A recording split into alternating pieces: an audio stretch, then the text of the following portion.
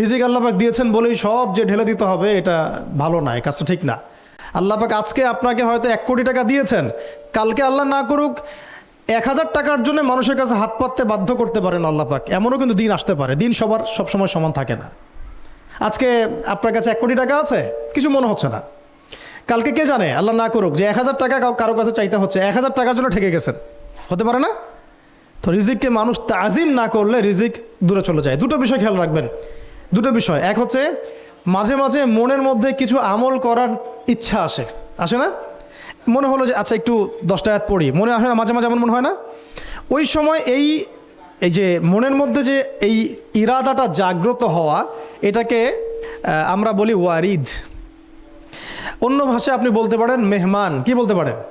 এটা আল্লাহর পক্ষ থেকে আপনার কলবের মধ্যে মেহমান হিসেবে এসেছে।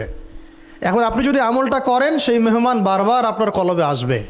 যদি আপনি ওই সময় আমলটা না করেন, মেহমান চলে যাবে।